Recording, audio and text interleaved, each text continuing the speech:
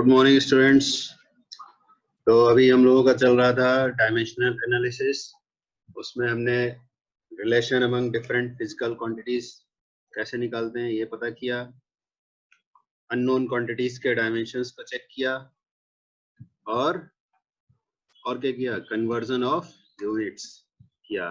तो NCERT book में कुछ एक क्वेश्चंस हैं जिनको हम एज एग्जांपल्स और देख लेते हैं, फिर इसके बाद नया टॉपिक शुरू होगा। So some more examples from NCERT book. So here we have your NCERT book. Here it is. तो इसमें देखें बुक में question number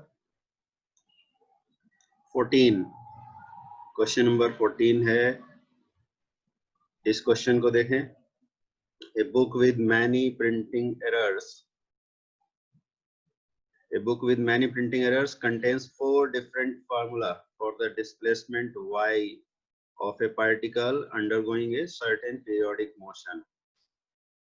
So what you have to find? Rule out the wrong formula from these options given on dimensional ground. Dimensional ground means you have to check the dimensional consistency of these equations. तो dimensionally जो consistent नहीं होगा जो भी option, उसको rule out करना है।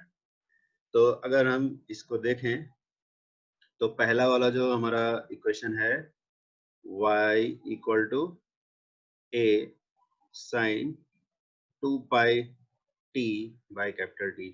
तो इसमें क्या क्या सिंबल्स यूज किए गए हैं उसके लिए क्वेश्चन को रेफर करें। क्वेश्चन में दिया हुआ है a is maximum displacement of the particle, v speed of the particle, capital T time period of motion. So these are the symbols. So if we go to our whiteboard,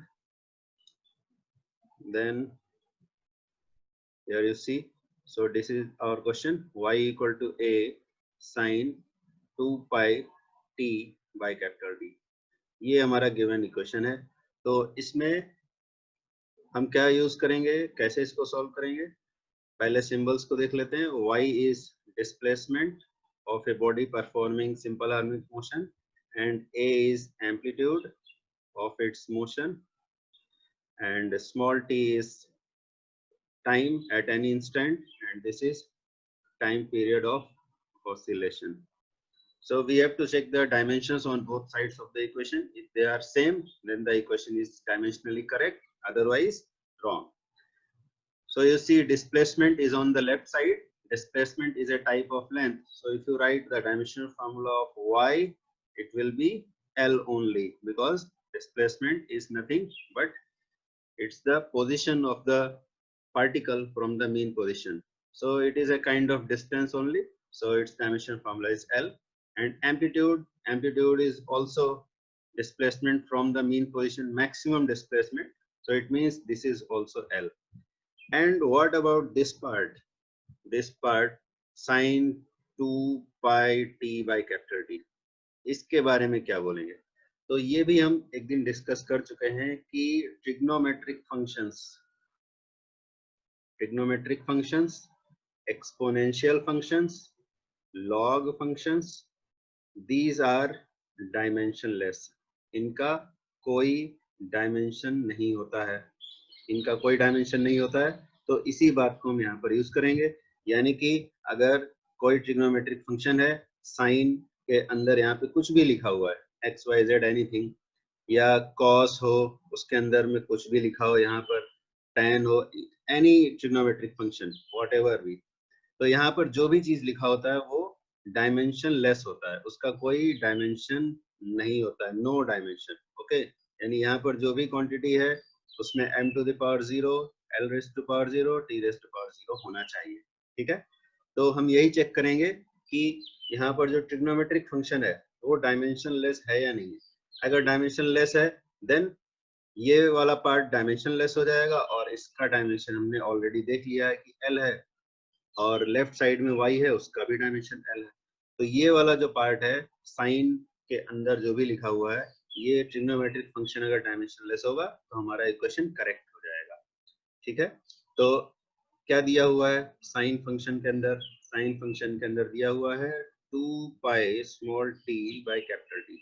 So 2 pi is a numerical constant, so it is dimensionless, and t is time, तो इसका dimension होगा t, और इधर time period है तो इसका भी dimension होगा t, तो अल्टीमेटली आ गया डायमेंशनलेस।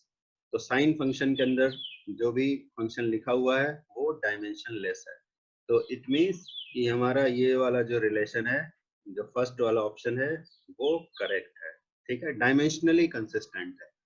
बिकॉज ये बात याद रखने की है कि अगर कोई क्वेश्चन डायमेंशनली करेक्ट है तो इस बात की कोई गारंटी नहीं है कि वो एग्जैक्टली करेक्ट होगा, बिकॉज इक्वेशन में कुछ न्यूमेरिकल कांस्टेंट्स भी मल्टीप्लाई किए जाते हैं, उनके बारे में हमें पता नहीं चलता है। डायमेंशनल एनालिसिस से सिर्फ डायमेंशनली करेक्ट है या नहीं बस यही पता चलता है। So I hope this is clear. Now we see the second example, second option of the same question. So what is the second option?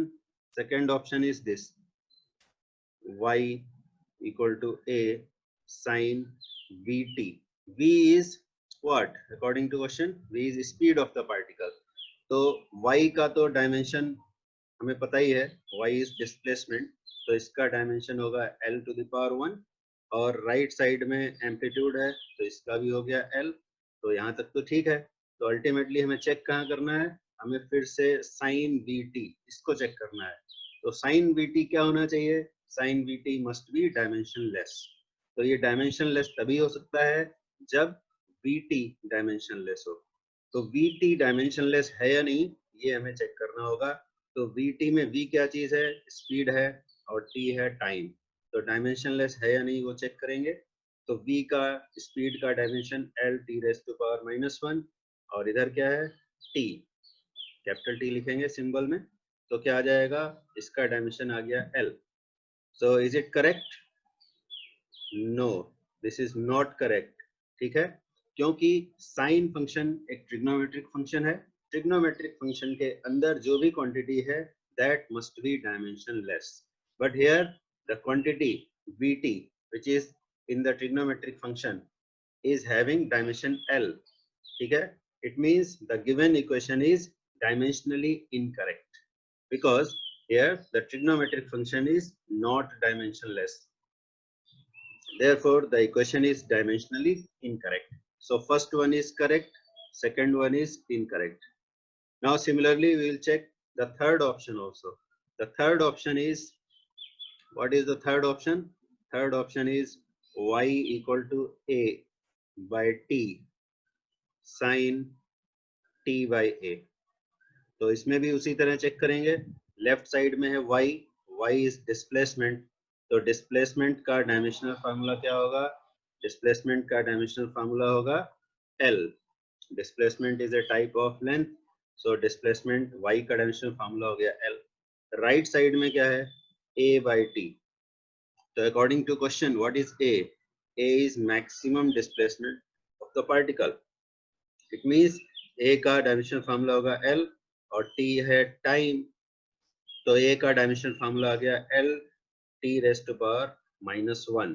तो यहीं से पता चल जा रहा है कि इक्वेशन गलत है, बिकॉज दिस पार्ट जो साइन फंक्शन के अंदर है ये तो डायमेंशनलेस होना चाहिए। ठीक है, और ये वाला जो पार्ट है इसका डायमेंशन वही होना चाहिए जो y का है, बट यहाँ पर क्या हो रहा है? y का डायमेंशन तो l आ रहा है, बट a by t का आ रहा है l t raise to power -1। It means यहीं से पता चल जा रहा है कि इक्वेशन गलत है। फिर भी हम आगे चेक कर लेते हैं, ट्रिग्नोमेट्रिक फंक्शन को भी देख लेते हैं। पता तो हमें चल ही गया है कि ये डायमेंशनली इनकंसिस्टेंट है, फिर भी देख लेते हैं आगे। तो t है टाइम और a है डिस्प्लेसमेंट, तो इधर आ जाएगा क्या? t l to the power -1। So this is again incorrect because trigonometric function के अंदर जो भी क्वांटिटी है दैट मस्ट बी डायमेंशनलेस। तो यहाँ पर ये कंफ्यूजन क्रिएट हो सकता है कि a by t का डायमेंशन आ रहा है कितना?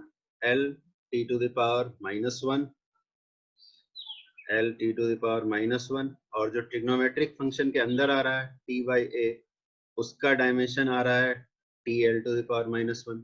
तो कोई सोचेगा कि जब इन दोनों को मल्टीप्लाई किया गया जैसे यहाँ क्वेश्चन में a/t इंटू साइन t/a, तो मल्टीप्लाई करने से तो ये पावर सब कैंसिल होकर 0 हो जाएगा। तो अगर ऐसा सोचा तो वो भी गलत है, ठीक है, दैट इज रॉन्ग अप्रोच, वो भी गलत है, बिकॉज ट्रिग्नोमेट्रिक फंक्शन के अंदर कोई भी डायमेंशन नहीं होना चाहिए, तो यहीं पर गलत हो गया। तो इस तरह से अगर कोई सॉल्व करता है कि मल्टीप्लाई करके हम डायमेंशंस कैंसिल कर दें, वो भी रॉन्ग अप्रोच है, उस तरह से भी नहीं होगा। So we have checked the three options, A is correct, B is incorrect, C is incorrect. Now what about D? तो डी में भी उसी तरह चेक करेंगे। लेफ्ट साइड में डिस्प्लेसमेंट है तो इसका डायमेंशन फार्मूला आ जाएगा एल, और राइट साइड में पहले हमें क्या मिला, a√2। So √2 is numerical constant, so it is not important for dimensional analysis, we'll focus only on A. So A का dimensional formula, A is amplitude, again it is length, और फिर उसके बाद देखें इनसाइड द ब्रैकेट क्या दिया हुआ है, sin 2 pi t/t plus cos 2 pi t/t. So again we will check in the same way, and what is to be checked, the trigonometric function must not have any dimensional formula. तो trigonometric function हमारे पास क्या था, sin 2 pi t/t, तो इसके अंदर dimensionless quantity होना चाहिए, यानी ये वाला पार्ट होना चाहिए डायमेंशनलेस। तो 2 pi t/t है, तो न्यूमरेटर में t और डिनोमिनेटर में भी t यानी टाइम, तो t टू द पावर 0 आ गया। So this part is correct. और जो सेकंड पार्ट है cos 2 pi t/t, उसको भी इसी तरह चेक करेंगे, it must also be A dimensionless quantity, तो यहाँ भी t रेज़ टू पावर 0 आ जाएगा। It means the equation D is correct, जो D इक्वेशन है वो भी हमारा सही है। तो इस तरह से हम चेक कर लेंगे कि कौन सा इक्वेशन डायमेंशनली कंसिस्टेंट है और कौन सा इक्वेशन डायमेंशनली कंसिस्टेंट नहीं। I think this is clear. Okay, now we'll move to the next question. This question is also very interesting. Question number 15. You see the question.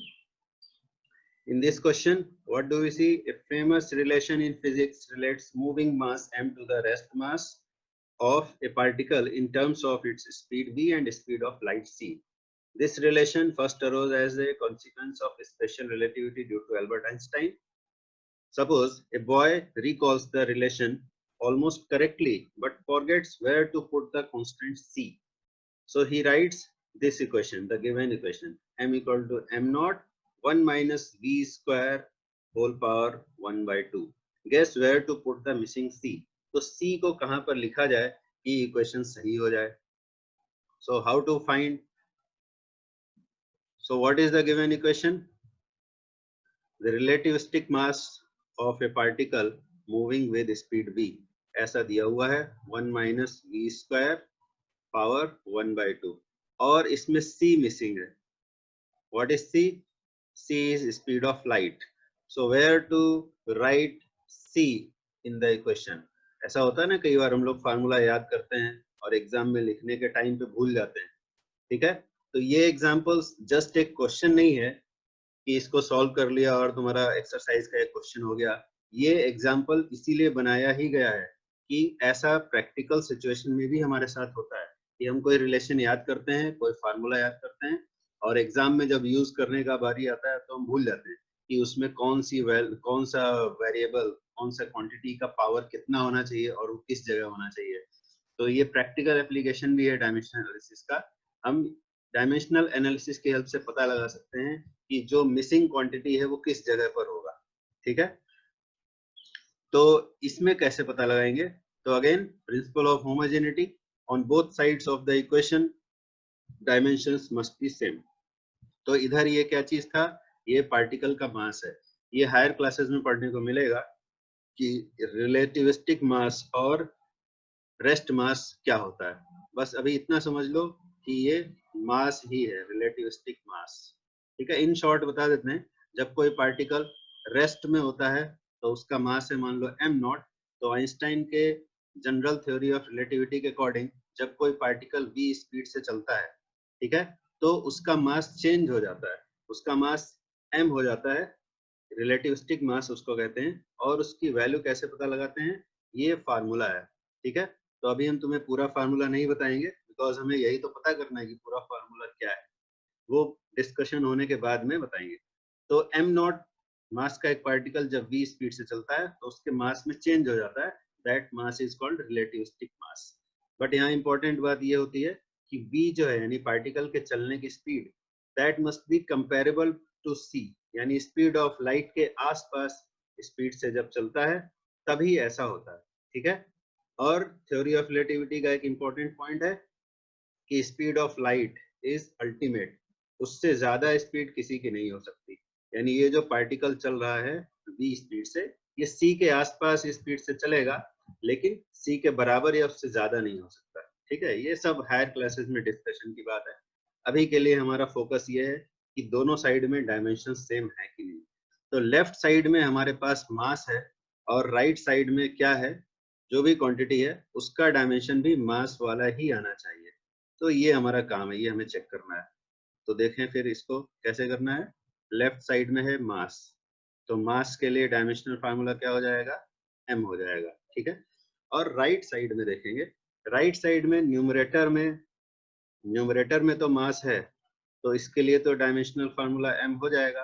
But what about the denominator, तो अगर numerator में ही मास आ गया है, it means denominator must be A dimensionless quantity, denominator में dimension less quantity होनी चाहिए, ठीक है। तो डिनोमिनेटर डायमेंशन लेस कैसे होगा, ये हम कैसे पता लगाएंगे। तो अगर देखें तो डिनोमिनेटर में है 1 minus v square power half, it must be dimensionless. तो ये डायमेंशन लेस क्वांटिटी तभी हो सकता है जब इस ब्रैकेट के अंदर जो क्वांटिटी लिखा है 1 माइनस वी स्क्वायर, ये भी डायमेंशन लेस हो, बिकॉज हाफ पावर से क्या होगा, डायमेंशन भी हाफ हो जाएगा। तो अगर डायमेंशन अंदर होगा ही नहीं तो हाफ होने से भी वो डायमेंशन यानी कि पावर जीरो ही रहेगा।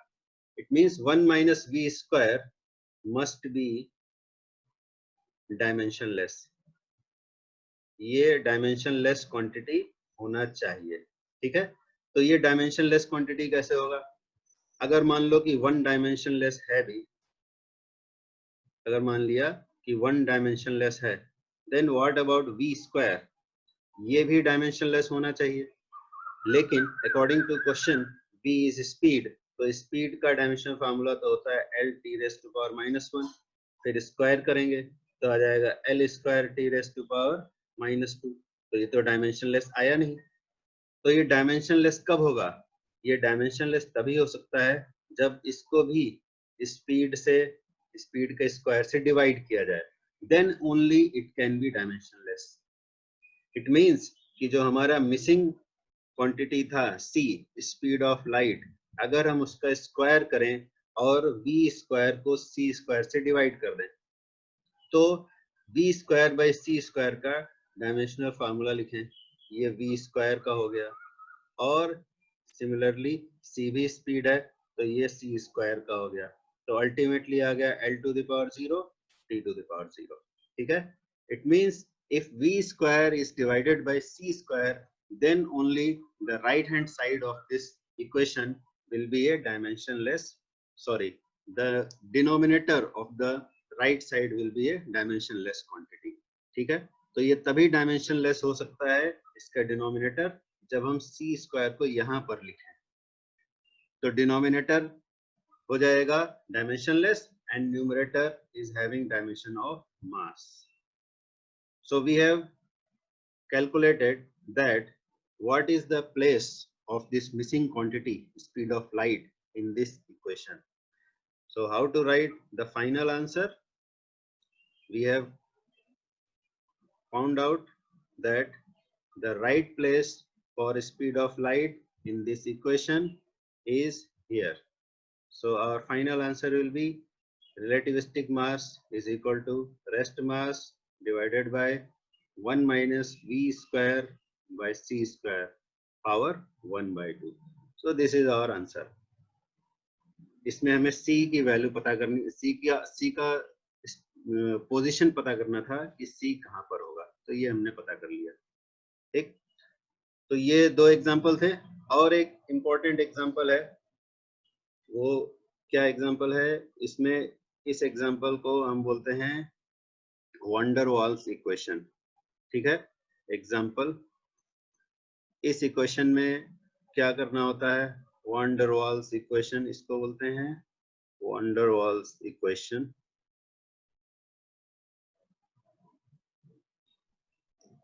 ठीक है, वंडर वाल इक्वेशन क्या है, वंडर वाल इक्वेशन है pressure plus a by v square v minus b equal to R T.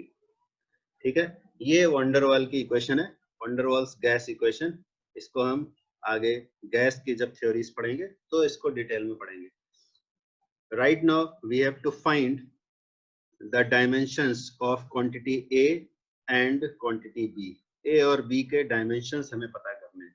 तो इस इक्वेशन में ये वाला जो कांस्टेंट है ए और बी, इनकी वैल्यूज हमें पता करनी है। ठीक है, वैल्यूज नहीं, इनके डायमेंशंस पता करने हैं। तो इनके डायमेंशंस कैसे पता लगाएंगे, हमने वंडर वाल इक्वेशन तो अभी पढ़ा ही नहीं है, तो कैसे पता लगाएं। तो इसका आंसर है कि बिना वंडर वाल इक्वेशन के बारे में जाने भी हम पता कर सकते हैं कि इसमें जो क्वांटिटीज हैं वो क्या है।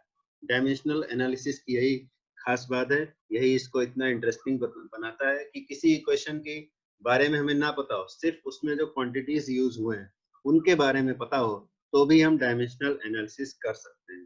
ठीक है, तो वंडर वाली क्वेश्चन में ए और बी जो वैल्यूज हैं इनके डायमेंशंस हमें पता करने हैं। तो कैसे पता लगाएंगे, प्रिंसिपल ऑफ होमोजेनिटी यूज करके ये काम किया जा सकता है। तो प्रिंसिपल ऑफ होमोजेनिटी की हेल्प से ये काम करते हैं। कैसे करेंगे देखो, तो इस इक्वेशन में जो राइट साइड है, और क्वेश्चन में ये भी दिया रहेगा कि ये जो सिंबल्स हैं उनके मीनिंग क्या है। तो P यहाँ पर है प्रेशर, V है volume, V is volume, and R is universal gas constant, and capital T is not time। और किसी क्वेश्चन में कैपिटल T टाइम हो सकता है, बट यहाँ पर T है एब्सोल्यूट टेम्परेचर। तो इसीलिए क्वेश्चन जब सॉल्व करना तो क्वेश्चन को ठीक से पढ़ना कि उसमें जो सिंबल्स हैं उनके मीनिंग क्या है। जरूरी नहीं है कि एक सिंबल का मीनिंग हर जगह सारे थ्योरीज में सेम होता हो, कभी कभी सिंबल का मीनिंग चेंज भी हो जाता है। इसीलिए क्वेश्चन को ठीक से पढ़ना कंपलसरी है। ठीक है, तो ये सिंबल्स के मीनिंग क्या है ये भी क्वेश्चन में दिया हुआ है। Now how to use principle of homogeneity to solve this question. तो ए और बी का डायमेंशनल फार्मूला हमें पता करना है। तो प्रिंसिपल ऑफ होमोजेनिटी के according only the quantities which have same dimensions can be added or subtracted। सिर्फ वही क्वांटिटीज को ऐड या सब्ट्रैक्ट कर सकते हैं जिनके डायमेंशन सेम हो। ठीक है, अगर इसको डेली लाइफ के किसी एनालॉगस एग्जांपल से समझने की कोशिश करें तो तुम ऐसे समझ सकते हो कि तुम्हारे पास में सपोज 4 पेन है और 5 रबर है। ठीक है, रबर मीन्स इरेजर। अगर तुम्हारे पास में हो 5 पेन्स एंड 4 इरेजर्स, तो अगर तुमसे बोले कि बताओ तुम्हारे पास पेंसिल कितने हैं, तो कैसे बताओगे? क्या तुम 4 पेन और 5 इरेजर को ऐड करके बताओगे कि मेरे पास में कितने पेंसिल हैं? नहीं बता सकते, because because pencil plus eraser plus pen equal to कितने कॉपी हुए। अगर कोई तुमसे ऐसा क्वेश्चन बोले कि पेंसिल इरेजर और पेन को जोड़कर बताओ कि तुम्हारे पास कितनी कॉपी है, can you tell that? Pencil eraser pen को जोड़ के बताना है मेरे पास कितने नोटबुक्स हैं, तो ये पॉसिबल नहीं है, बिकॉज ये अलग अलग क्वांटिटीज हैं। पेंसिल अलग है, इरेजर अलग है, पेन अलग है, नोटबुक एकदम अलग है। तो सेम डायमेंशंस वाले क्वांटिटीज को ही तुम ऐड या सब्ट्रैक्ट कर सकते हो, दूसरे डायमेंशंस वाले को ऐड नहीं कर सकते, because they are entirely different. तो यहाँ पर इसी चीज को यूज करेंगे और देखेंगे कि सेम डायमेंशंस वाले क्वांटिटीज कौन कौन से हैं जो ऐड या सब्ट्रैक्ट हो रहे हैं। तो इस क्वेश्चन में देखें, ये वाला जो पार्ट है इस क्वेश्चन का, ये part P plus a by v square, इसमें देखें कि प्रेशर में किसको ऐड किया गया है। प्रेशर में ए बाई वी स्क्वायर को ऐड किया गया है। किसमें ऐड किया गया है? प्रेशर में ऐड किया गया है। तो प्रेशर का जो डायमेंशनल फार्मूला होगा same dimensional formula a by v square का होगा। ठीक है, तो अगर प्रेशर का डायमेंशनल फार्मूला हमें पता हो तो ए बाई वी स्क्वायर का डायमेंशनल फार्मूला पता चल जाएगा, और उसमें से फिर हम v स्क्वायर का डायमेंशनल फार्मूला भी हमें पता है क्योंकि ये वॉल्यूम है, तो फिर अल्टीमेटली हम a का डायमेंशनल फार्मूला भी पता लगा सकते हैं। ठीक है, क्लियर है यहाँ पर? तो इसमें सॉल्व करने के लिए हमें पहले प्रेशर का डायमेंशनल फार्मूला पता होना चाहिए। तो अगर प्रेशर का डायमेंशनल फार्मूला याद है तो बहुत अच्छी बात है, और अगर याद नहीं है तो चिंता की कोई बात नहीं।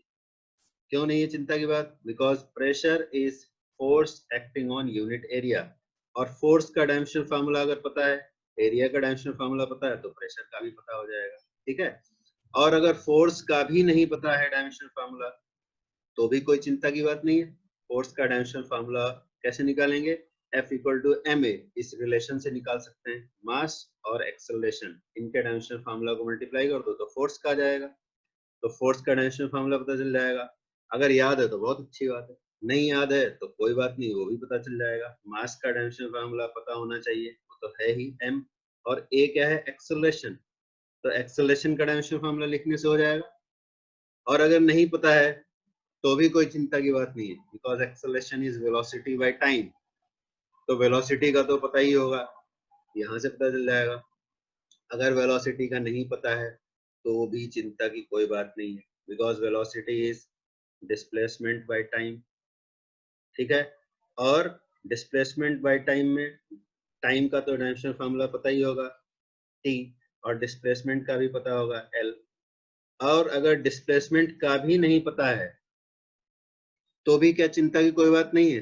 तो बहुत ज्यादा चिंता की बात है, तो बहुत ज्यादा चिंता की बात है, और इतनी चिंता की बात है कि फिर तुम्हें फिजिक्स पढ़ना ही छोड़ देना चाहिए। अगर तुम्हें डिस्प्लेसमेंट का भी डायमेंशनल फार्मूला नहीं पता है तो फिर तुम्हें पढ़ाई छोड़ देना चाहिए, तो चिंता की बात है। समझ में आई बात? तो कुछ क्वांटिटीज हैं जिनके डायमेंशनल फार्मूला तुम्हें हर समय याद रहने चाहिए। ठीक है, प्रेशर का अगर याद नहीं भी है तो भी कोई बात नहीं, at least length, mass, time, velocity, acceleration, work, force, energy, इनके डायमेंशनल फार्मूला तो जरूर पता होने चाहिए। ठीक है, तो अगर प्रेशर का डायमेंशनल फार्मूला नहीं भी मालूम है तो प्रेशर का डायमेंशनल फार्मूला हम फोर्स बाय एरिया करके पता लगा सकते हैं। फोर्स के लिए डायमेंशनल फार्मूला mL/-2 और एरिया l स्क्वायर, तो आ जाएगा mL-1 t। कितना आ जाएगा? t आ जाएगा कितना? देखो, L का पावर यहाँ पे 1 था, यहाँ 2 था, तो इधर -1, और T तो था ही नहीं डिनोमिनेटर में, तो T का जितना पावर था उतना ही रहा। तो ये प्रेशर का डायमेंशनल फार्मूला आ गया। और प्रेशर में क्योंकि A/v² को ऐड किया गया है तो A/v² will also have same dimensional formula. तो A/v² का डायमेंशनल फार्मूला अगर हमें पता लग गया है, किसका? A/v² का, तो वो है mL/-1 T/-2। therefore dimensional formula of A will be equal to mL-1 T/-2, और ये जो v स्क्वायर था ये इधर v स्क्वायर का डायमेंशनल फार्मूला भी मल्टीप्लाई हो जाएगा। तो v स्क्वायर का dimensional formula, what is v? v is volume, तो अगर वॉल्यूम का डायमेंशनल फार्मूला है l क्यूब, तो v स्क्वायर अगर करोगे तो इसका स्क्वायर हो जाएगा, इट विल बी l⁶। तो यहाँ पर l⁶ मल्टीप्लाई कर देंगे तो क्या आ जाएगा? m l⁵ t⁻²। तो ये आ गया डायमेंशनल फार्मूला ऑफ ए। ए जो क्वांटिटी था उसका डायमेंशनल फार्मूला आ गया।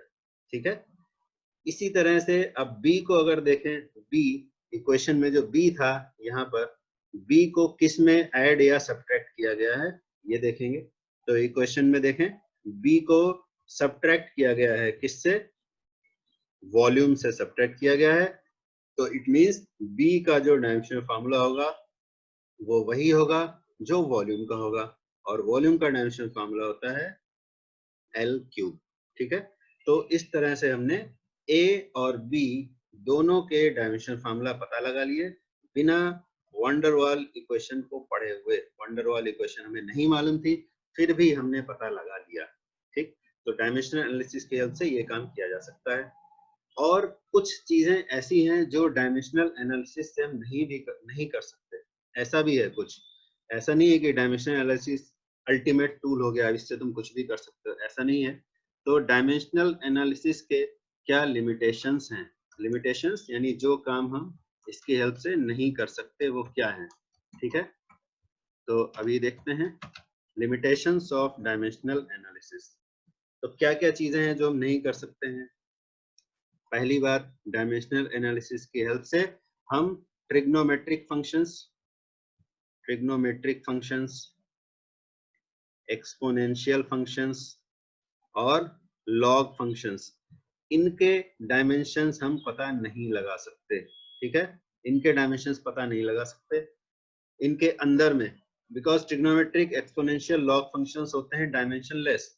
तो अगर इनके अंदर कुछ लिखा हुआ है, मान लो साइन फंक्शन है, यहाँ पर कोई फंक्शन लिखा हुआ है, सपोज इसके अंदर कोई फंक्शन है एफ एक्स, यहाँ पर मान लो कोई फंक्शन है साइन के अंदर, तो हम एफ एक्स के बारे में नहीं पता लगा सकते, ठीक है, कांट बी कैलकुलेटेड।